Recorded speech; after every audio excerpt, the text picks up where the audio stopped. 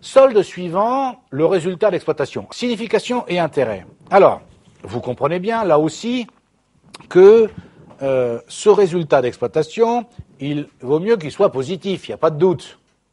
Bien sûr, il vaut mieux qu'il soit positif.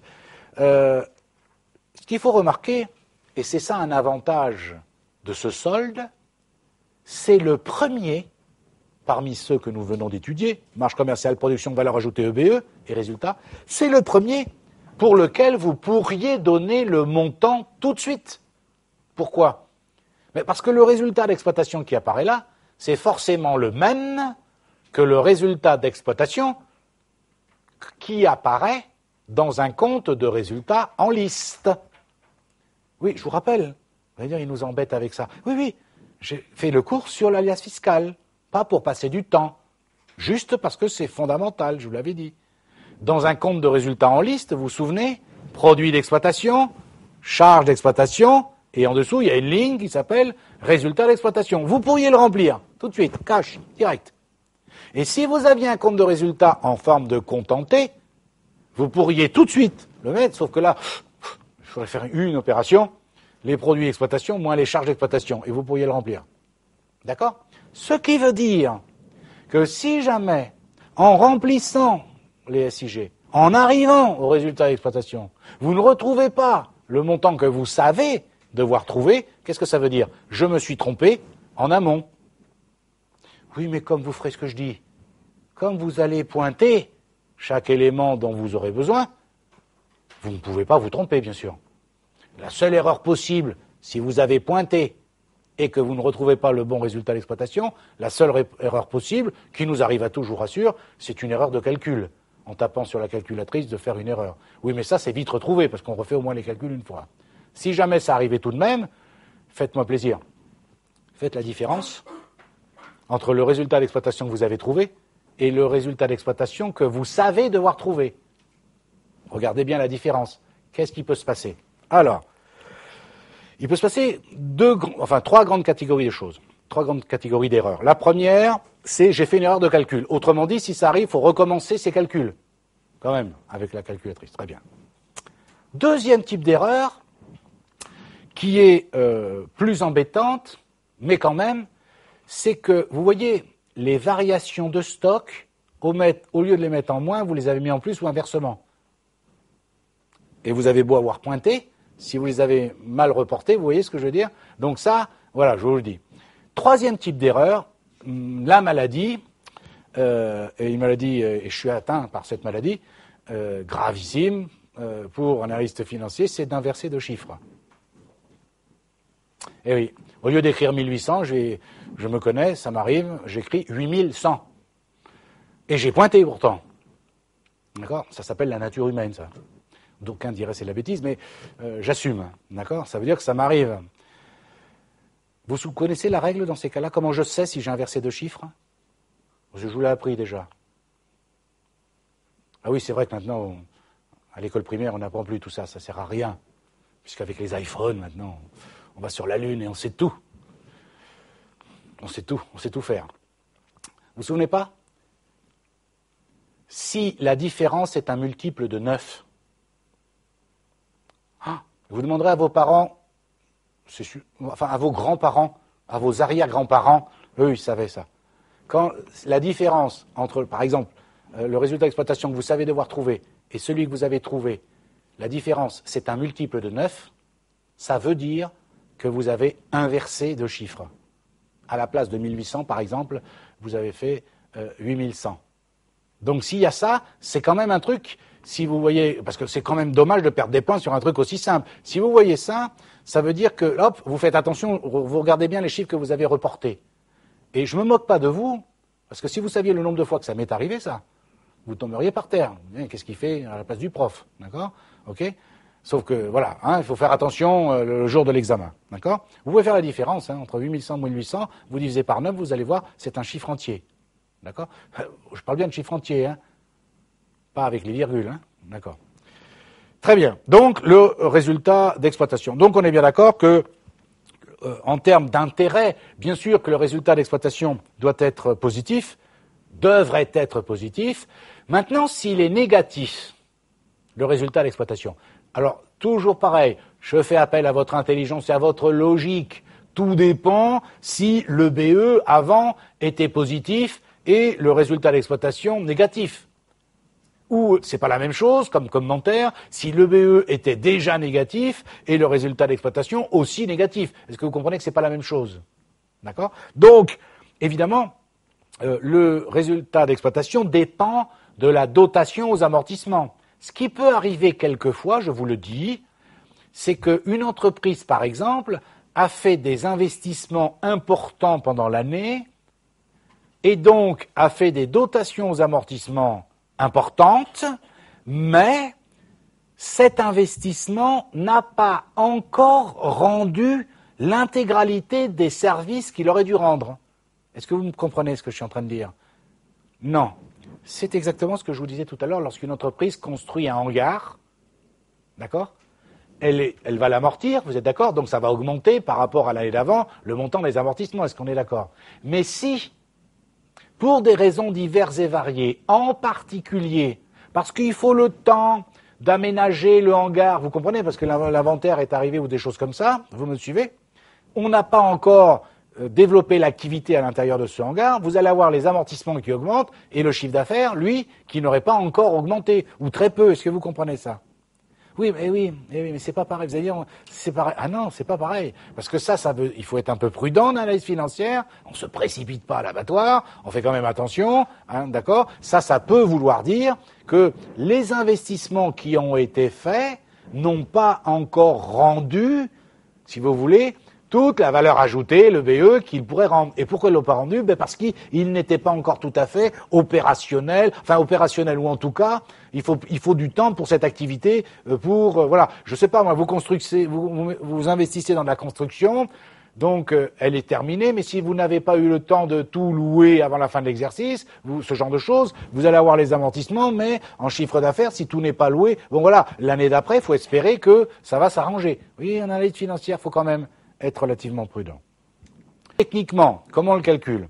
Je pars de l'EBE que j'ai calculé du côté des produits, de l'EBE que je viens de calculer, je le mets du côté des produits si je retrouve un EBE, c'est-à-dire positif. Plus les repris sur amortissement, dépréciation, provision et transfert de charges d'exploitation, 781, 791, vous vous souvenez?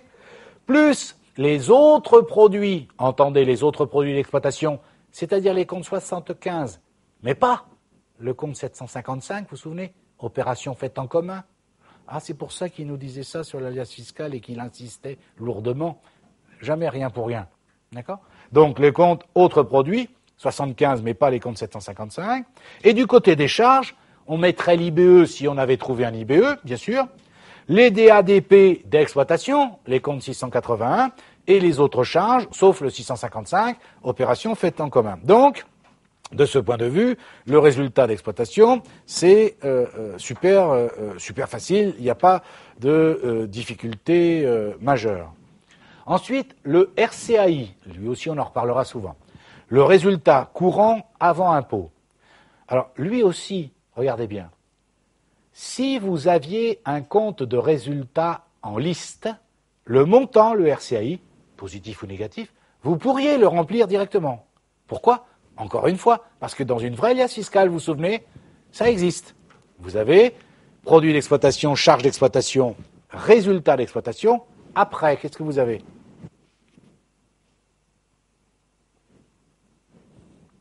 Oui, vite, allons regarder. Ah oui, c'est pour ça que j'ai dit qu'il fallait bosser comme des bêtes, l'alias fiscal. Rien à apprendre par cœur, mais la bosser. Je vois que vous avez suivi mes conseils. Après, il y a quand même, petit détail. Et je vous avais dit, ça, le jour où il y en a, si vous ne faites pas attention, vous êtes mort. Opération faite en commun. Ah oui. Il n'y en a pas souvent, mais le jour où il y en a un, le jour de l'examen, je peux vous dire, ça fait mal. Ensuite, qu'est-ce que vous avez? Produit financier, excusez-moi, charge financière, vous me suivez toujours? En dessous, qu'est-ce qu'il y a? Résultat financier, et ensuite, et seulement ensuite, RCAI. Donc ne confondez pas, s'il vous plaît de grâce, le résultat financier avec le RCAI. Le résultat financier, ce n'est que les produits financiers moins les charges financières. Est-ce que vous êtes d'accord?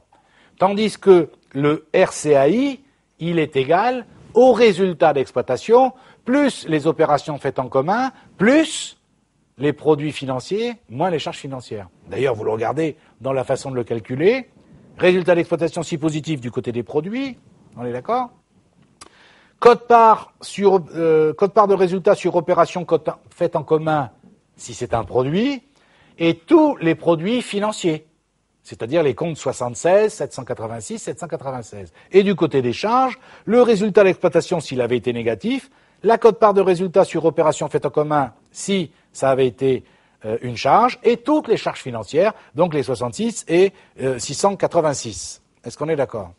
Alors maintenant, regardez bien au niveau du commentaire.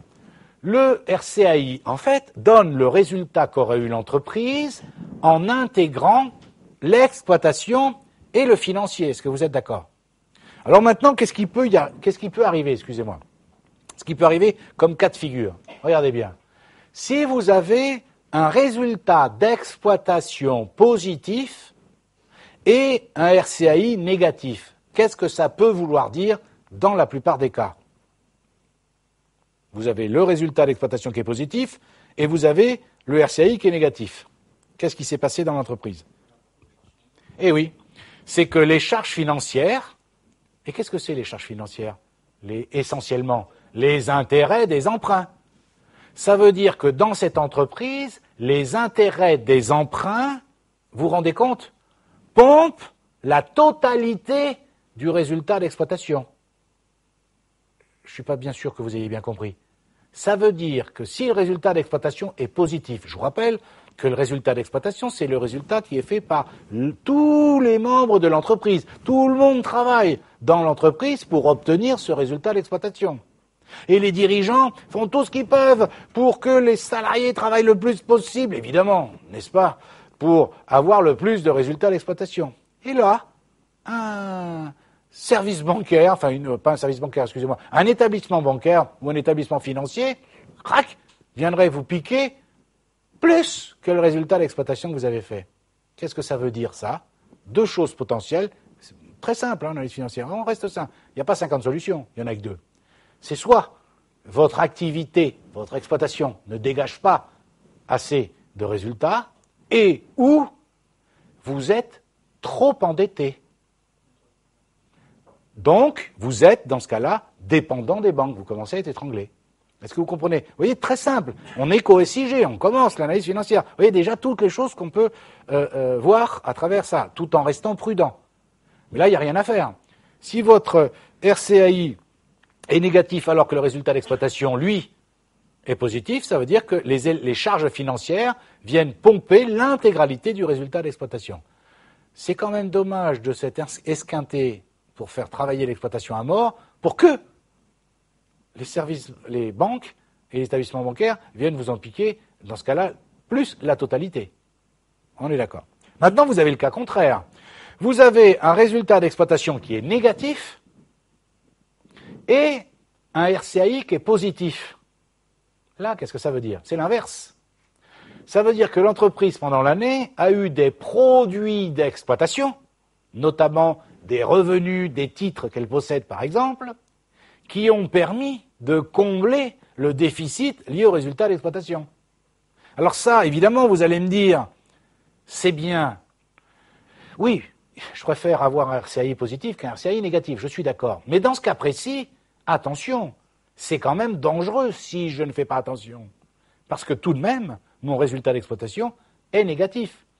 Et il n'est pas dit, dans les années suivantes, que les produits financiers, les actions, les obligations, continuent à me dégager des produits financiers. Ou en tout cas, suffisamment de produits financiers pour combler le résultat d'exploitation négatif. Est-ce que vous comprenez ce que je veux dire? D'accord? Ensuite, vous avez le résultat exceptionnel. Alors là, lui aussi, vous pouvez le remplir tout de suite. C'est les produits exceptionnels, vous l'avez dans un compte de résultat, c'est tous les produits exceptionnels, moins toutes les charges exceptionnelles. Donc, aucune difficulté, bien entendu. Quelle est la signification et l'intérêt de ce solde? Alors, d'abord, ce solde, résultat exceptionnel, vous remarquez, est indépendant des autres. Il ne se calcule pas comme les autres en cascade. Tout le monde est d'accord? Il n'y a pas, comme les autres, d'abord, je ne sais pas moi, pour calculer le résultat d'exploitation, il faut d'abord le BE. Pour le BE, il faut la valeur ajoutée. Pour la valeur ajoutée, il faut la production et la marge commerciale. Là, c'est les produits exceptionnels, moins toutes les charges exceptionnelles, rien avant. Donc, il est indépendant des autres. Donc, il donne, si vous voulez, juste le résultat exceptionnel, c'est-à-dire quel a été le résultat des opérations dites exceptionnelles. Si c'est exceptionnel, ça veut donc dire que ce n'est pas censé se reproduire. Sinon, ça ne s'appellerait pas exceptionnel. Donc, il faut quand même le regarder de près. Regardez bien. Vous allez comprendre tout de suite. Imaginez que, dans l'entreprise, le résultat de l'exercice soit positif. Si on ne regarde pas plus loin que son nez, on va dire « super ». Et on va même plus loin, je continue dans la bêtise entre guillemets, et je compare par rapport au résultat de l'année d'avant. Cette année, le résultat, il a doublé. Je dis « yes, super ». Sauf que moi, j'ai fait des études de finance, et je dis « oh, ça cache quelque chose », ou plus exactement, ça peut cacher quelque chose. Et regardez bien. Imaginez que cette année, le RCAI soit négatif et que le résultat de l'exercice soit positif. Qu'est-ce que ça veut dire? Ça veut dire que c'est tout simple, arithmétique, collège, que c'est grâce au résultat exceptionnel que le résultat de l'exercice est devenu positif. Est-ce que vous me suivez? Ah oui, mais attendez, c'est plus du tout la même chose. Ça veut dire que s'il n'y avait pas eu de résultat exceptionnel, le résultat aurait été un déficit. Est-ce que vous me suivez? Ça veut donc dire que comme étant un résultat exceptionnel qui a permis d'avoir un résultat de l'exercice positif, ça veut donc dire que ce résultat exceptionnel, par essence même, n'est pas censé se reproduire tous les ans. Puis je vais aller plus loin, parce que je vois que vous ne comprenez pas bien. On regarde ce qu'il y a à l'intérieur des produits exceptionnels et des charges exceptionnelles. La plupart des produits exceptionnels, vous comprenez bien, l'essentiel c'est le 775, produit de cession des éléments d'actifs. Ah, ça y est, je commence à comprendre. Je suis en train de vous dire qu'il arrive quelquefois que pour avoir un résultat à l'exercice positif, pour avoir ce qu'on appelle en finance un effet signal sur le marché qui soit très intéressant, parce que c'est pas pareil de dire au marché j'ai un résultat positif qu'un résultat négatif. On est bien d'accord, il n'y a pas de souci. Sauf que là, ça veut dire quoi? Que pour avoir un résultat positif, j'ai été jusqu'à vendre, voire obligé de vendre des immobilisations. Ah oui, mais ça change tout. C'est plus du tout le même avis que j'avais sur la société quand je ne me contentais que de regarder le résultat de l'exercice. Là, j'ai plus le même avis. C'est plus la même chose. Parce que je vais me dire, attendez, et l'année prochaine, si ça continue, qu'est-ce qui va se passer? Parce que c'est bien joli de vendre des immos, mais encore faudrait-il en avoir, encore à vendre, et deux, attention, vendre des immos pour faire de la trésorerie, c'est bien, mais attendez, il ne faut pas taper dans le dur. Il faut comme je dis toujours, hein, si on commence à vendre l'outil de production, c'est sûr, vous allez avoir de la trésorerie, mais après, vous ne pouvez plus produire, donc ça vous fait une belle jambe. Tout ça, on le verra aussi en étudiant les flux de trésorerie. Parce que justement, on comprendra dans les tableaux de financement, lorsqu'une entreprise a eu des difficultés de trésorerie, comment elle a pu malgré tout s'en sortir. Et souvent, on s'en aperçoit, c'est en vendant des immos qu'elle a réussi à s'en sortir. Attention, ça va marcher une fois. Ça ne va pas marcher tous les ans. Hein. Si vous commencez à vendre toutes les immos, d'accord, ok. Sauf si vous êtes une entreprise qui avait, par exemple, ça arrive, énormément de titres, d'accord, qui ne vous servent pas à l'exploitation et que vous vendez au fur et à mesure. On l'a vu. C'est-à-dire des entreprises qui avaient ce qu'on appelle un trésor de guerre. D'accord ? C'est ce qu'on appelle un trésor de guerre, qui permet de faire face justement à des périodes difficiles. D'accord ? Donc, là aussi, attention, le résultat de l'exercice, bon, il n'y a pas de difficulté. Là aussi, vous pouvez le remplir tout de suite, hein. Résultat de l'exercice, puisque c'est le même que celui du compte de résultat. Il est égal à quoi? Du côté des produits, on va mettre le RCAI s'il était positif, le résultat exceptionnel s'il était positif, et du côté des charges, les deux mêmes éléments s'ils étaient négatifs, et il nous manque quoi?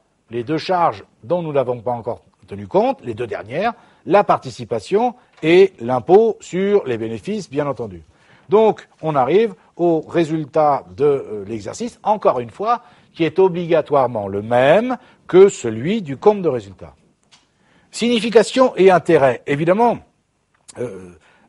on peut comparer, bien sûr, le résultat de l'exercice d'une année à l'autre. Mais si vous avez compris, quand on en est là, on a déjà analysé toute la composition du résultat. On voit maintenant beaucoup mieux qu'à travers un compte de résultat comment le résultat de l'exercice s'est constitué. C'est pas seulement, avec les SIG, vous vous en rendez compte j'espère, c'est pas seulement tous les produits moins toutes les charges.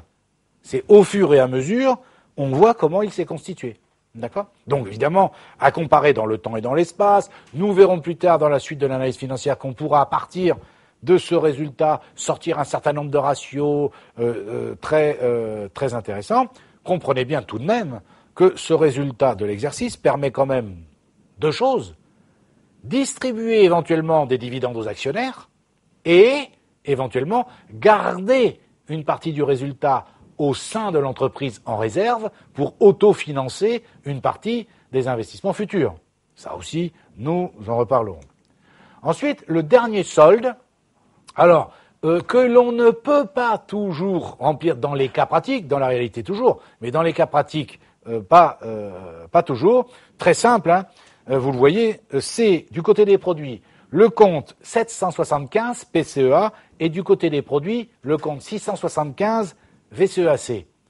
Alors, on revient. Ah, il va encore nous embêter avec sa liasse fiscale. Oui, je vais encore vous embêter. Si vous avez une vraie liasse fiscale, vous vous souvenez ce qu'on disait en plaisantant, et que l'expert comptable a bien fait son travail, ou que l'auteur du sujet a bien fait son travail, je vous rappelle que pour remplir ces deux cellules, il n'y a aucune difficulté, puisque dans un vrai compte de résultat, vous avez, vous vous souvenez, après du côté des produits, des renvois, le renvoi de mémoire 7, qui vous dit le détail des charges et des produits exceptionnels, PCEA, VCEAC et 777. Si c'est rempli, impec. Si c'est pas rempli, pourquoi je ne peux pas le trouver avec certitude si ce n'est pas rempli? Pourquoi? J'aime ce silence. Waterloo, morne pleine. Pour la première fois, l'aigle baissait la tête. C'est Victor Hugo. Hein. Je sais bien que... Non, c'est pas du rap, hein, c'est Victor Hugo. Alors, j'ai insisté comme une bête, comme un malade, parce que le compte 775, dans un compte de résultat, il n'est pas tout seul. Il est à l'intérieur d'un poste qui s'appelle « Produit exceptionnel sur opération capitale », dans lequel vous pouvez avoir le compte 775, plus le compte 777, plus le compte 778. Vous vous souvenez? Ça y est. D'accord? Et pareil pour le compte 675. Dans un compte de résultat, il est sur la ligne charge exceptionnelle sur opération à capital, dans lequel il peut y avoir le compte 675 et le compte 678. Donc, pour connaître en particulier le compte 775, parce que le 675, je vous apprendrai à le retrouver, même s'il n'y a pas le renvoi 7 au compte du résultat. Si j'ai la 2054-55, celle qui concerne les IMO et les amortissements, et la 56, vous verrez, vous arriverez à le calculer. Par contre, le 775, si on ne me le dit pas en renvoi ou en annexe ou en information complémentaire, je ne peux pas le trouver. D'accord? Puisqu'il est mélangé avec d'autres. D'accord? Ça y est, vous me suivez? Le 675, si j'ai l'alias fiscal en entier, même s'il n'y a pas le renvoi rempli, vous saurez le calculer, je vous l'apprendrai, en temps voulu. On est d'accord? Donc là, c'est les plus ou moins valus sur session. Donc, l'intérêt de ça, c'est juste de montrer ce que je vous disais tout à l'heure. Est-ce que, au titre de l'exercice, l'entreprise a dégagé des plus ou moins values, tout simplement?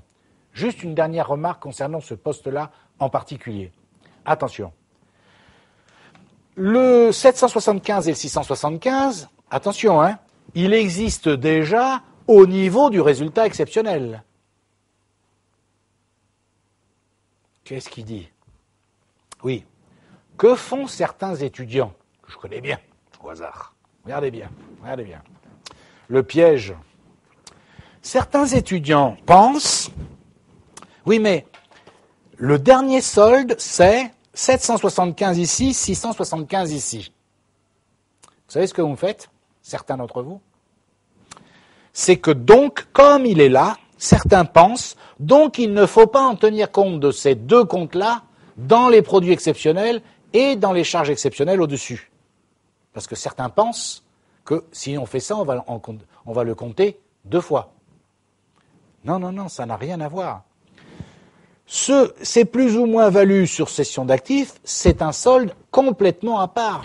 Et c'est d'autant plus vrai que ce que je vous dis, c'est que de toute façon, vous devez arriver au résultat de l'exercice. Donc dans le résultat de l'exercice, comme c'est le même que celui du compte de résultat, c'est bien tous les produits moins toutes les charges, donc y compris le 775 et le 675. Est-ce que vous comprenez? Donc, la plus ou moins value sur cession d'éléments d'actifs, vous pourriez, si vous voulez, on pourrait le mettre à part, indépendamment du reste.